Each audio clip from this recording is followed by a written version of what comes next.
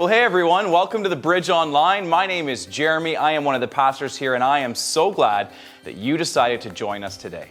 Now, if this is one of your first times with us and you're tuning in on a Sunday morning, welcome. And I'd love it if you took a minute to click the New Here button so that we can get a gift into your hands just to say thank you for taking the time to be with us. If you're watching us on demand and you want to connect with someone, just head to our website, bridgechurches.ca, and click on the chat bubble at the bottom of the screen. Now, here at the Bridge, we are all about building irresistible bridges between the unchurched and Jesus. Now, we're going to be together for about an hour. We're going to do some singing. I'll be back a little bit later to let you know what we have going on around here. And we're going to continue our series at the movies. Now, for those of you who join us each week, welcome back. It's so exciting for us knowing that there are people here today watching from all over the world, and we are so incredibly thankful that you continue to welcome us into your homes. Now, I'm going to hand it off to the band for our first song. I hope you join in.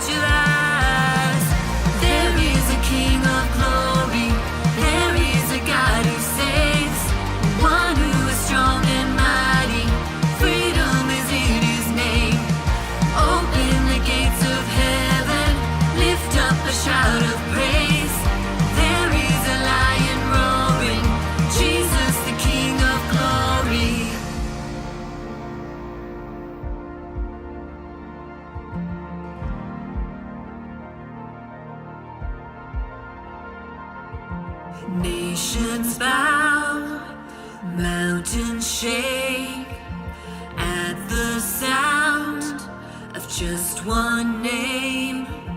Over all, Jesus reigns. I know.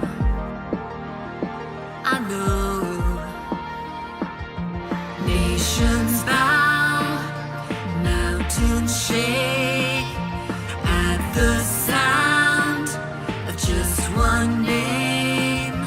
Over all, Jesus reigns. I know.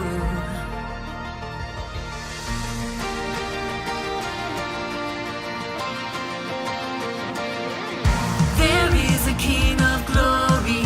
There is a God who saves. One who is strong and mighty. Freedom is in his name.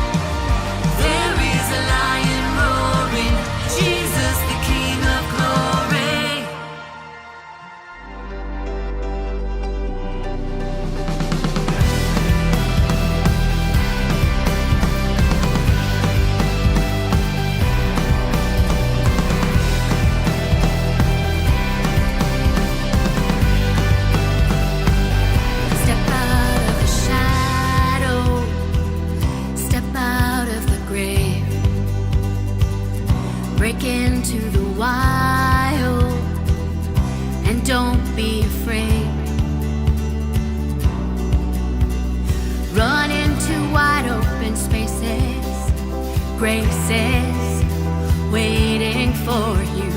Dance like the weight has been lifted. Grace is waiting. Where the Spirit of the Lord is, there is freedom.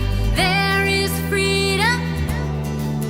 Where the Spirit of the Lord is, there is freedom. There is freedom. Come out of the dark, just as you are, into the fullness of His love. For the Spirit is here, let there be freedom. Let there be freedom.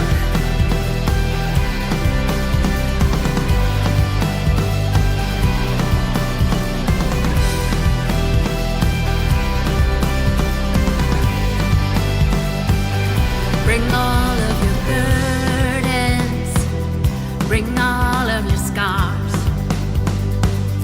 Come back to communion, come back to the start.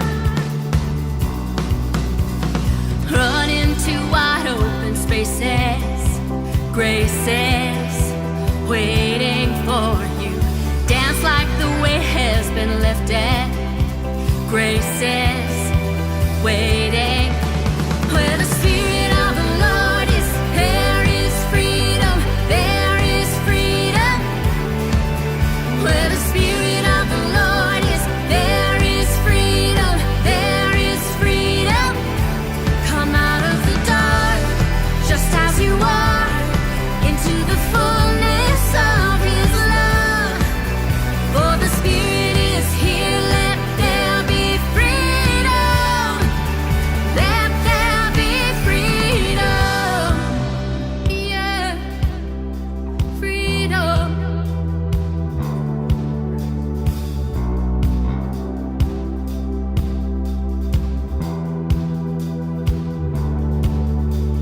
Chains will fall, prisons shake at the sound of Jesus' name.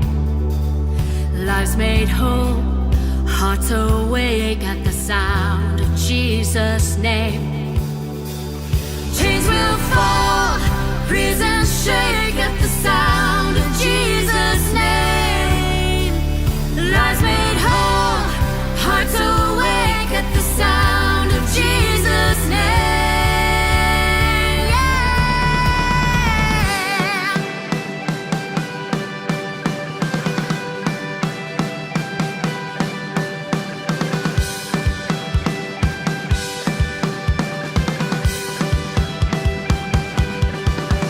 Where the Spirit of the Lord is, there is freedom. There is freedom. Where the Spirit of the Lord is, there is freedom. There is freedom. Come out of the dark, just as you are, into the fullness of His love. For the Spirit is here, let there be freedom. Let there be freedom.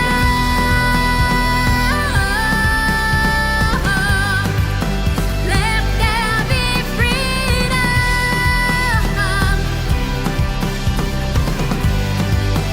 Let there be freedom.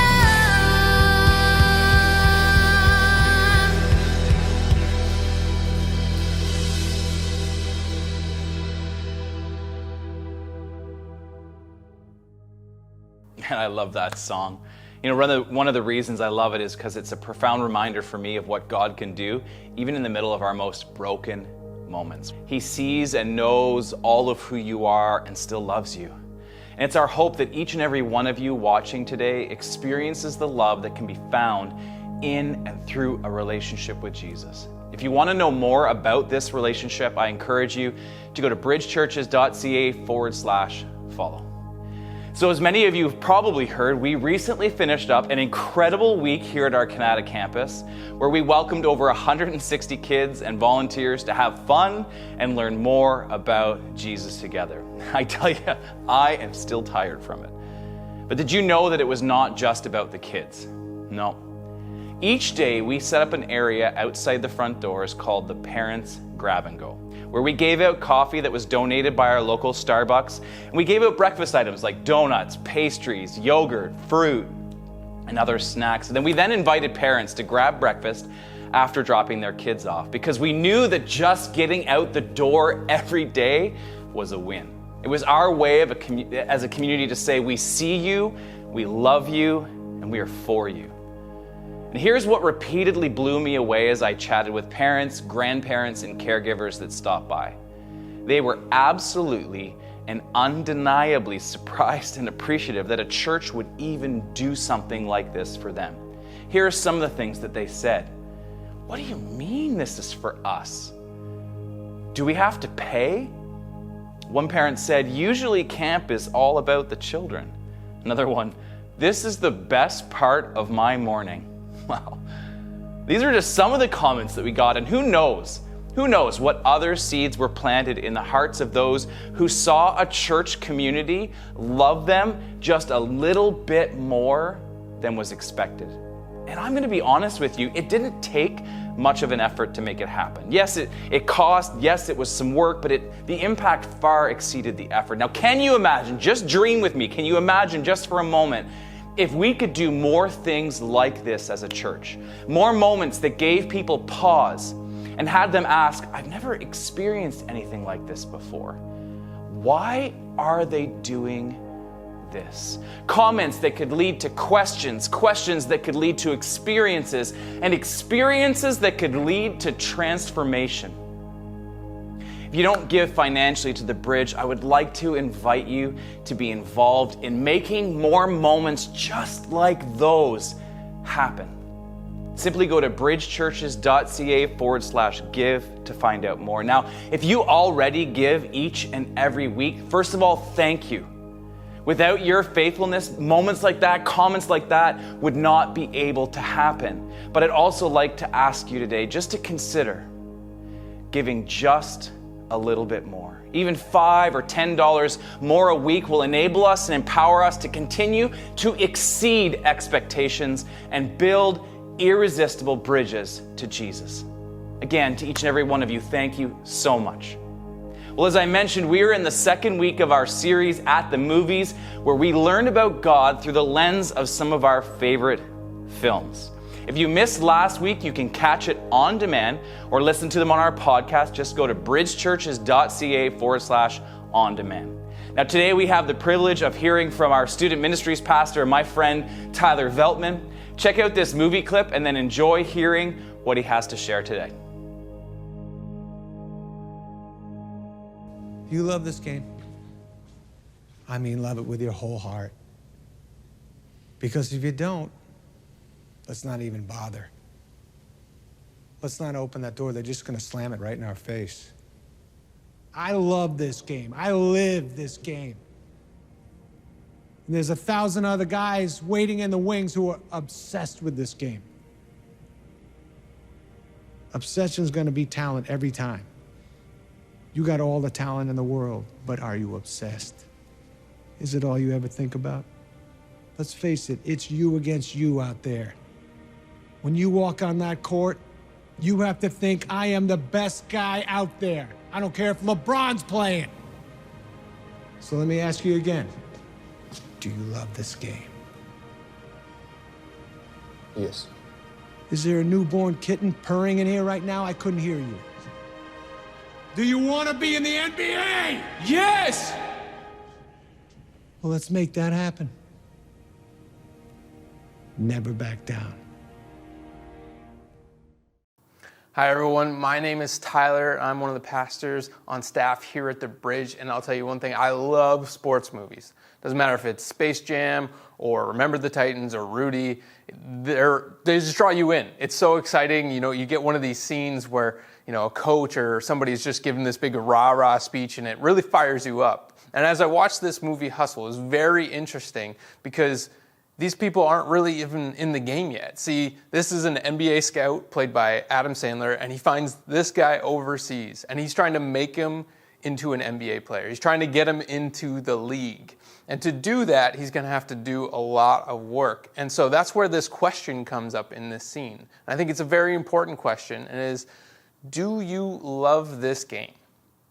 Do you love this game? The thing I really want to ask is, why is he asking this question? As he kind of alludes to, there's 100 other guys behind him. It's just like, that love this game. So why is it so important?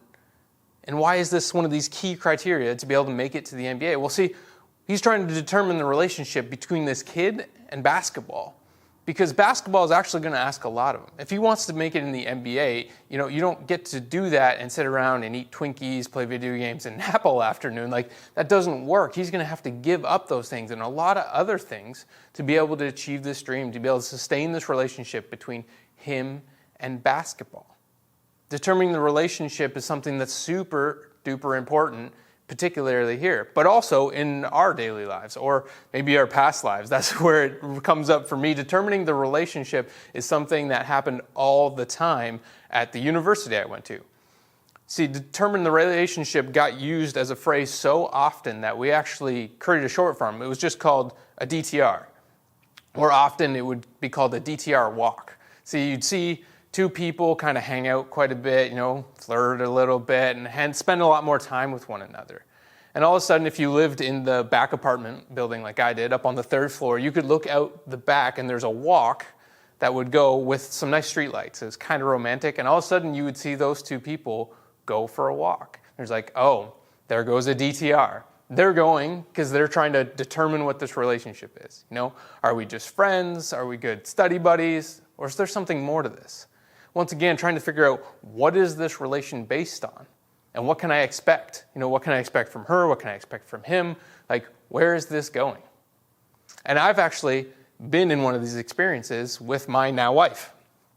The funny thing is, it wasn't so much a DTR walk as much as it was like a DTR kidnapping and or hostage situation. And that sounds really terrible, but let me give some context for this. We had been hanging out for quite a while, and again, it was getting a little flirty, and being able to hang out and spend all these times, and there's clearly some mutual interest. The problem is on the outside, I look like a full-grown man, but on the inside, I'm really just kind of a constipated emotional man-child, to be put even in the nicest of terms. I'm very afraid of my feelings, and I don't know what to do with them. And because of some of the past relationships I had, I didn't really want to put myself out there. So I ended up kind of like avoiding anything that would look like a DTR kind of situation. Now, thank the Lord that my wife is not afraid of her feelings. She loves her feelings. She has all kinds of feelings, and it's great, and I'm very grateful for that. And what happened is she actually one day just invited me for a car ride. She's like, oh, let's go for a drive somewhere. And I said, like, what for? I need a purpose to do these things. I don't just go on joyride. She's like, oh, no, it'll be fine. Come on. So I hop in her car, and we start to drive. And all of a sudden, I'm at this, like, abandoned driveway into this private property forest area. I was like, what is going on? Like, I know Vanessa at this point, but I don't know Vanessa. Like, this seems like a sketchy area. Like, she could just off me and bury me in a ditch, and no one would even know. Like, she's too cute. No one would ever suspect her. I was like, what is going on here? And she wanted to know the same thing. See, as we parked that car, she basically didn't start the conversation, but instead just kind of looked at me like... And so started the probably longest and most awkward pause of my life. Like, we sat around for a while as she just waited for me to get up the courage to figure out, what is this relationship? By that silence, she was saying, what can I expect from you? What is this? And she really took those steps forward. But what's surprising about that whole ordeal is the fact that we walked away from that situation and we still weren't dating. Unsurprisingly, it was due to me being, again, an emotionally constipated man-child. Now, as you can see, like, the story ends differently. We do begin to date, and then we end up breaking up because of distance. And what happens is she moves to England, I move to Ottawa, and when she comes back to Canada, she actually moves out to Ottawa so we can give this thing a real shot. She is an amazing woman, and I'm so grateful she did that. And I'd love to tell you that the story is that after that, I was all grown up and mature and put myself out there and told her how I felt all the time. But that's not the reality. The reality is that when it came to engagement time, she ended up having to do kind of the same thing. I still remember the phone call where she calls up and says, "What is this? What is this?" And I think that's a totally fair question. Please be clear that this is on me. We've been dating for a while. She's taken this massive step, and she just wants to know, like, what can I expect? And again, that's totally fair, and I feel terrible for ever putting her in that situation, because in reality, what was happening is she was living in the tension of an undetermined relationship. She was living in the tension of an undetermined relationship. What is this? What can I expect from you? What is this relation based on? Like, you said that you loved me. What does that actually mean? And to this day, I regret that she ever had to question that, and that she always had to be the one to take those steps forward. And honey, if you're watching, thank you. I am incredibly, incredibly grateful. But maybe you know exactly how this feels.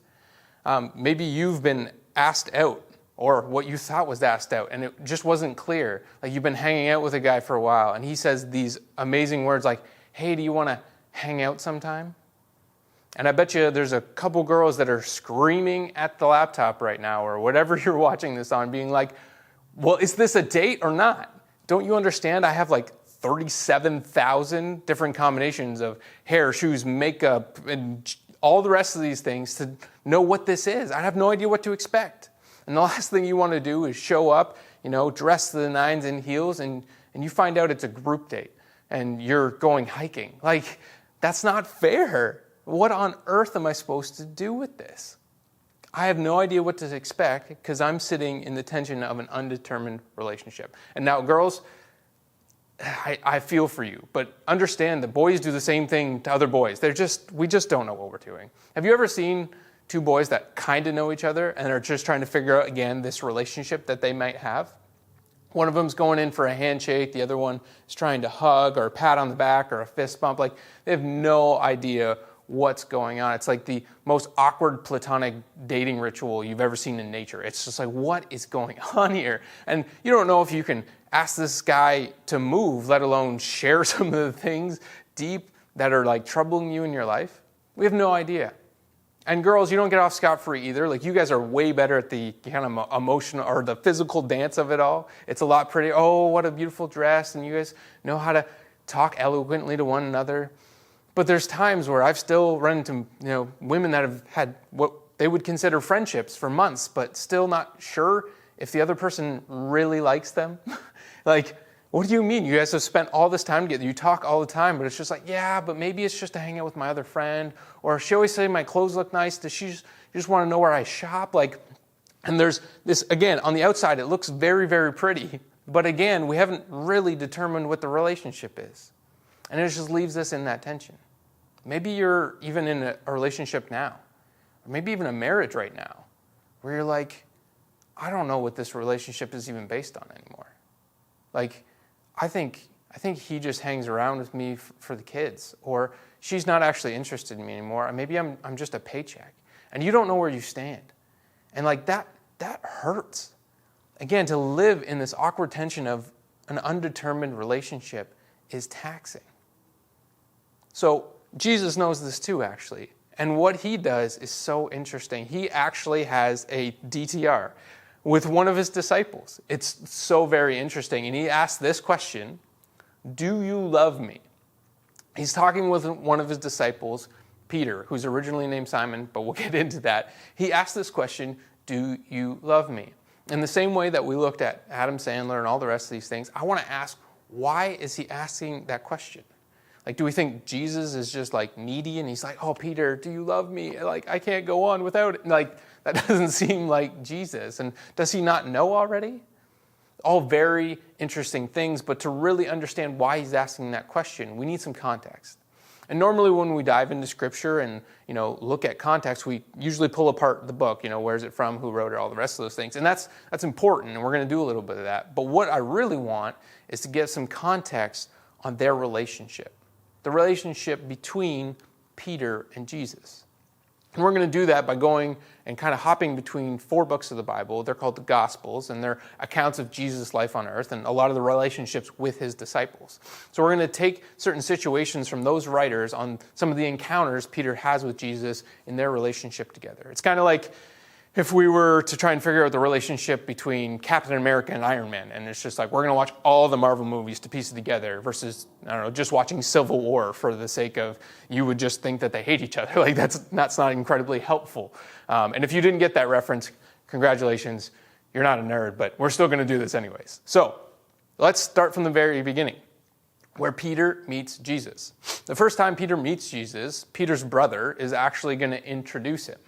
And at this point, bear with me, he's actually called Simon. See, what happens is Simon's brother actually introduces him to Jesus, says, hey, this is the Messiah. That's a big deal. Here's my brother. And the first thing Jesus does is say, I'm going to call you Peter, or Cephas in the original language, and that means rock. He's talking about the rock upon he's going to build his church, which is huge. Jesus already has these massive plans for Peter. And that's going to be really important as we continue to see their relationship unfold. And the next thing Peter actually sees Jesus do is he actually heals his mother-in-law. And depending on how you feel about your mother-in-law, that's probably a really great thing. Mine's amazing, so I am very lucky. But what this really does is really gives Jesus some credibility. Like, Peter knows this is not a nobody. This is huge. And so the next real encounter that I want to get to, and when actually Jesus calls Peter to come and follow him. See, in Luke 5, Jesus is actually out teaching a large group of people. And to try and be able to talk to all of them, he actually gets in Simon's boat and kind of floats off the shore a little bit and teaches from there. And as we see, I think people are getting a little hungry. Jesus says, hey, Simon, go out and catch some fish for these people. And Simon says, or Peter, depending on how you want to look at it, he says, I haven't caught anything. Like, nothing. Like, what do you want me to do? And Jesus is like, just go out one more time. Just trust me. And again, Peter's seen he can work some magic. So sure, let's go. Let's do it. So he goes out and he hauls in this massive haul of fish. Like, it's breaking the nets. The boats are sinking. Like, this is massive. And so they start bringing all this in. And this is the conversation Peter ends up having with Jesus. When Simon Peter saw this amazing amount of fish, he fell at Jesus' knees and said, go away from me, Lord. I am a sinful man. For he and all his companions were astonished at the catch of fish that they had taken, and so were James and John, the sons of Zebedee, Simon's partners. Then Jesus said to Simon, again, soon to be Peter, don't be afraid. From now on you will be fishers for people. So they pulled their boats up on shore, left everything, and followed him. Like, you ever realize how big of a deal this is? Like this is huge, because people in that time got scouted to follow a rabbi or a teacher like Jesus, or less than, when they're really young. And basically, Peter didn't make the cut. Like, if he would have, that's where he'd be right now. But he's a fisherman. And he's saying, Lord, I'm just a sinful man. Like I have nothing to offer. And Jesus calls him anyways. He says, leave everything and follow me. I've got a new plan for you. This is like the owner of the Raptors walking up and saying, hey, Tyler, we want you to come play basketball for us. Like, that's what this, I'm like, I'm not qualified. I'm like 5'9" on a good day. And it's just like, I'm not qualified for this. And neither is Peter. And that's what this astonishing thing, when he calls and follows him, like, this is a big deal. So what happens is actually they have a relationship for the next 3 years, watching Jesus do some incredible things throughout his ministry. And there's a celebration that's coming. It's called the Passover, and they prep for it, and they're celebrating this. And this is where the disciples are joined together with Jesus. And Jesus has a very honest conversation with them. And he actually says, there's someone in here that's going to betray me. This is where Jesus, if you're familiar with the story, outs Judas, who's going to betray him and end up putting him on a cross. And he actually says, Peter, Satan's coming after you too. And this is Peter's response to that. He said, I am ready to go with you, Lord, both to prison and to death. Then he said, I tell you, Peter, the rooster rooster shall not crow this day before you will deny me 3 times that you do not know me. So here's Peter saying, I'll go to prison. I'll die for you. And Jesus is saying, yeah, you're going to deny me 3 times before a rooster even crows. Who do you think is right? I've learned a long time ago to continue to bet on Jesus being right, because he always seems to be. And in the exact same chapter, we're not even going to leave Luke 22. This is what happens. Having arrested him, they led him and brought him to the high priest's house. This is Jesus. But Peter followed at a distance. Now, when they had kindled a fire in the midst of the courtyard and sat down together, Peter sat among them. And a certain servant girl, seeing him as he sat by the fire, looked intently at him and said, "This man was also with him." But he denied him, saying, "Woman, I do not know him." After a little while, another saw him and said, "You are one of them, or also one of them." But Peter said, "Man, I am not." Then after about an hour had passed, another confidently affirmed, saying, "Surely this fellow is also with him, for he is a Galilean." That exact same place that Jesus called him. They know he's from there. But Peter said, "Man, I do not know what you are saying." Imagine how Peter feels right now. Like when you're in the midst of doing something that you know you shouldn't be doing, there's this tension that feels terrible. But sadly, it's just going to get a little bit worse, or a lot of it worse. See, immediately while he was still speaking, the rooster crows. And the Lord turned and looked at Peter.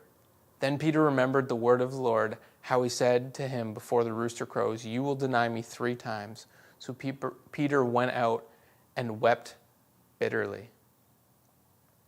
See, maybe you've been in this situation before where you've actually denied that you know one of your loved ones. You know, your husband's walking through Shoppers Drug Mart and saying, "Honey, is this the right hemorrhoid cream?" And you're like, "I don't know him." Like you're just trying to pretend. You're just, ugh.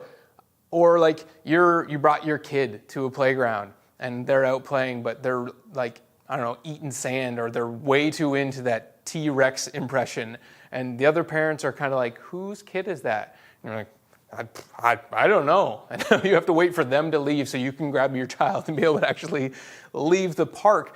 But I want you now imagine that exact same scenario, but instead you lock eyes with that loved one and they just caught you in the act of saying you don't exist. Imagine how that would feel. Maybe you actually even know what that feels like personally.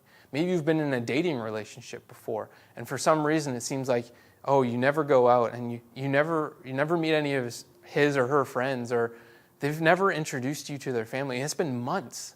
And it dawns on you that they're just actually ashamed to be with you. Like there's no photos on Instagram, none of this stuff. You felt that pain. And this is the pain that Peter is currently inflicting on Jesus. And Jesus is going from that moment, and he's going to get mocked and spit on and beaten and hung on the cross for Peter. You can understand why he went out and wept bitterly. And a lot of these other relationships, we have a chance. We can go back and say, "You know what, I'm so sorry," and be able to redetermine that relationship and restore it. But Jesus goes and dies. So here's Peter left in just anguish. No chance to redetermine the relationship. And all I imagine he can think about is like, I wasn't good enough. Like I told Jesus, I'm just this sinner. I'm just a fisherman. Why on earth? Why on earth did he call me? Why did he say, "Follow me"?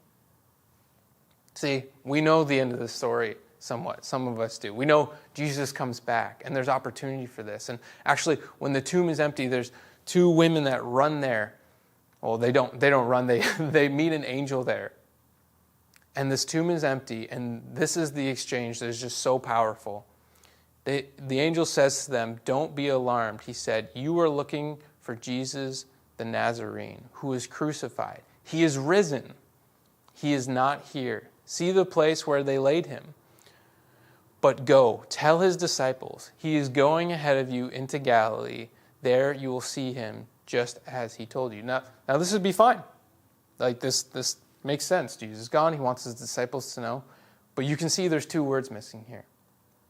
And I think they're very, very important words for a lot of reasons. Those 2 words are "and Peter." and Peter. You won't see any other disciples listed there, just Peter. I believe this is here because Jesus knows Peter needs this. Peter needs to hear this. He needs to know that there's another opportunity. But I think further than that, I think the girls needed to hear this. I think the other disciples needed to hear this. Because I bet you Peter has removed himself. I bet you he's taken that title disciple that Jesus once gave him and said, I can't do this. I'm not good enough. I'm just going to put this, I'm going to go back to being a fisherman. And I believe that's true. I really do, because when we actually see Jesus interact with Peter again, that's exactly where he finds them. That's exactly where he finds him, is back out on the water. And this is where we're going to lead into this DTR moment, this do you love me question that that Jesus has for Peter. See, Peter's out on a boat again, back being a fisherman. And shocker, they can't catch anything. I'm even worried that Peter probably thinks he can't even do this anymore. But nonetheless, he's out there fishing, and they're catching nothing. And someone from the shore says, hey, how's it going today? You know, how's the catch? And they say, there's nothing. We're catching nothing. He says, well, why don't you throw the net on the other side of the boat? Which is unheard of for a million and 10 reasons that I don't have time to get into. But they throw it over the other side, and they haul in this giant haul of fish. Coincidence? I think not. One of the disciples notices this is because he is the Lord. And Peter hears this. He knows he has an opportunity to redetermine this relationship, to maybe be able to try and fix some of these things. So he wraps his coat around his waist and he starts tearing through the water. As all the other disciples try and piece together, all these fish and get the boats in and all the rest of these things, he comes and meets Jesus. And Jesus is on the side of the water and he's got a breakfast prepared for them. So they sit down and eat, and there's where this DTR moment between Jesus and Peter begins. This is the context we're setting up for. When they had finished eating, Jesus said to Simon Peter, Simon, notice he's calling him Simon again. Not a good sign. Simon, son of John, do you love me more than these? Now, this isn't Jesus, again, being insecure and be like, do you love me more than these other disciples?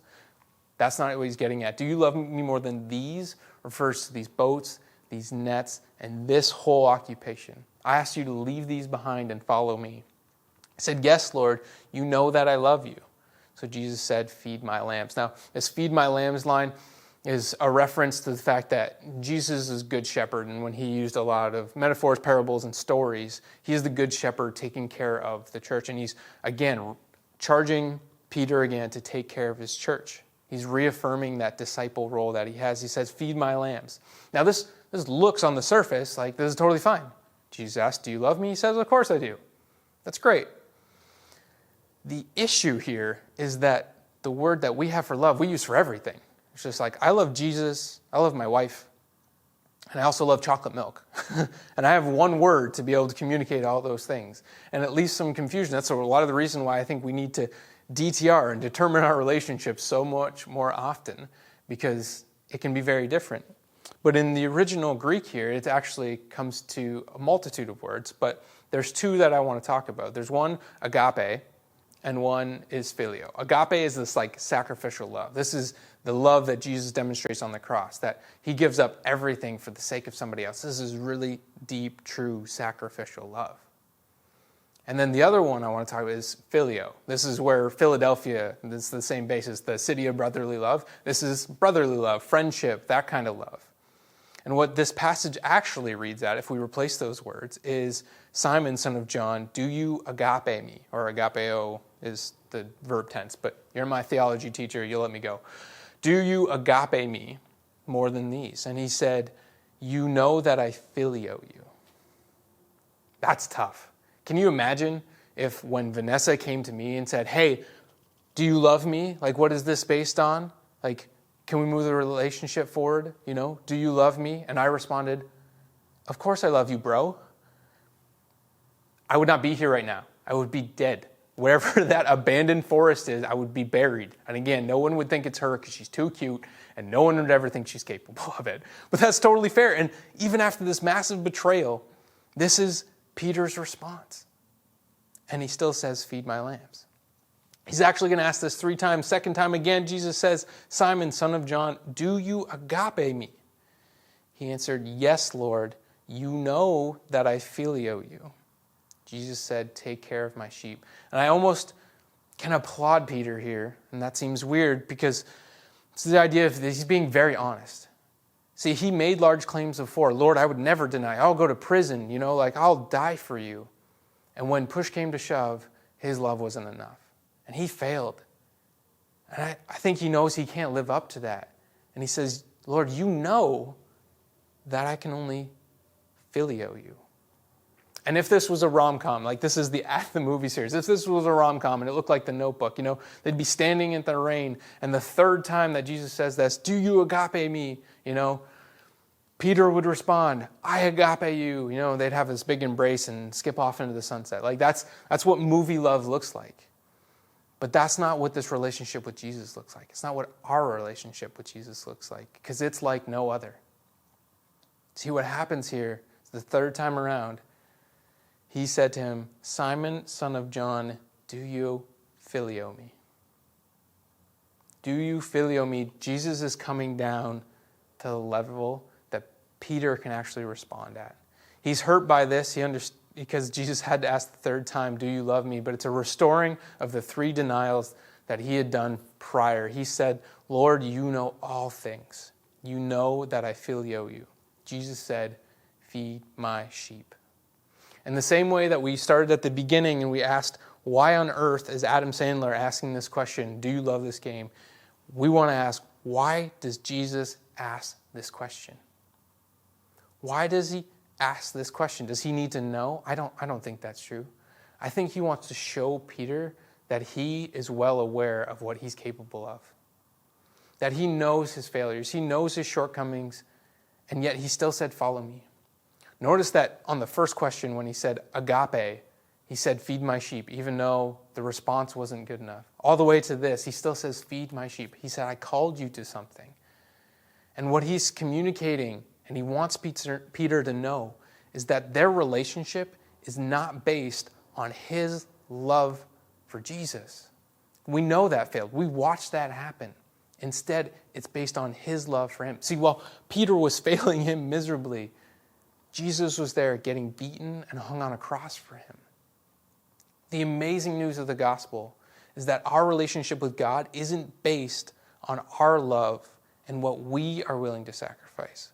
It's based on the sacrifice he has already made because of his love for us. This is the beauty of the gospel. This is this amazing thing. When we look back at our basketball movie, Hustle, he's trying to say, do you love this game? Are you obsessed with it? Because your love for it is the only thing that's going to keep this relationship going. See, basketball doesn't love you back. Again, as a 5'9" on a good day with a shallow frame guy, like basketball at best is a cruel mistress. It does not love you back. So it's completely based on your ability to love it. And so you will always live in the tension of this. See, when we look at a relationship and our titles as disciples, as believers, we think that we have this title and then we remove it from ourselves when we screw up. We do this thing so often where we think what we do and what we contribute makes this relationship work. And that's not the beauty of the gospel. And when we do that, we will constantly live in the tension of that undetermined relationship because it would always be based on our fleeting heart. On a good day to a bad day, it goes all over the place and it cannot be trusted. And so we're stuck to live in this tension. And some days we just don't know where we stand with God. It's just like, when will we get it that we never deserved any of it and that his sacrifice has made this work? See, if you don't know Jesus at all, this is an even more beautiful story. Because I want to take you back to the very first time Jesus meets Peter. And when he says, I'm just a sinner, I'm not qualified for this. The same way that we talked about, he wasn't qualified to be a disciple, I'm not qualified to play in the NBA. But Jesus still calls him to follow him. He says, you can still have a relationship with me because of the way I love you, qualified or not. And that's true for you today. So I'm going to ask us all to take some time today to determine this relationship. What is your relationship with God based on? If you've never met him before, maybe you think you got to clean yourself off and get perfect before you can enter in this relationship. And I just tell you no. You're like, oh, you don't know what I've done. I don't deserve this. None of us do. That's the beauty of it. And for those of you who've been following, to understand that your relationship is not based on what you feel obligated to do for him. It's not based on this sacrifice that you're willing to make. Yes, you can agape Jesus. I believe that. You can seize these things, but these things are not what this relationship is based on. All those things are just simply a response. So that when we fall short in the day, we still know where we stand. We're still a disciple. We're still a child of God. That's what he's called us to. And he said, follow me. And that we can do that out of eagerness. Just do this voluntarily, out of love for him, versus feeling like this is a job that we're supposed to do. That's not the relationship he's invited us into. It's a relationship that we've been invited to based on his love for us. And let me pray for us. Lord, we just thank you so much for the sacrifice that you made, that you love us so unconditionally, that we can base our entire relationship on it. We know that things like basketball and other people and all the rest of these things, they don't love us back the right way to completely sustain a relationship. We need to lean on your consistent, unfailing love. You are so faithful, God, and we are so grateful for that. Just pray for everyone listening now that they would take the time and that it would just feel so real how much your love facilitates the relationship. That they don't have to feel like they have to carry this weight or they don't have to clean themselves up to be able to talk to you, Lord. That they would reach out to you today and determine what this relationship is really based on. Pray all this in Jesus' name. Amen. All right, well, that is it for us this week. If you're curious about what is happening around here at the Bridge, we have made it easier than ever to find out by creating a new page called The Top 3, where we highlight the top 3 things that we think you should know about here at the church. Just go to bridgechurches.ca/top3 to check things out. Again, thank you so much for making this a part of your day. Wherever you are, wherever you're watching, we pray that today's service helps you take your next step in your faith journey. From all of us here, much love and God bless.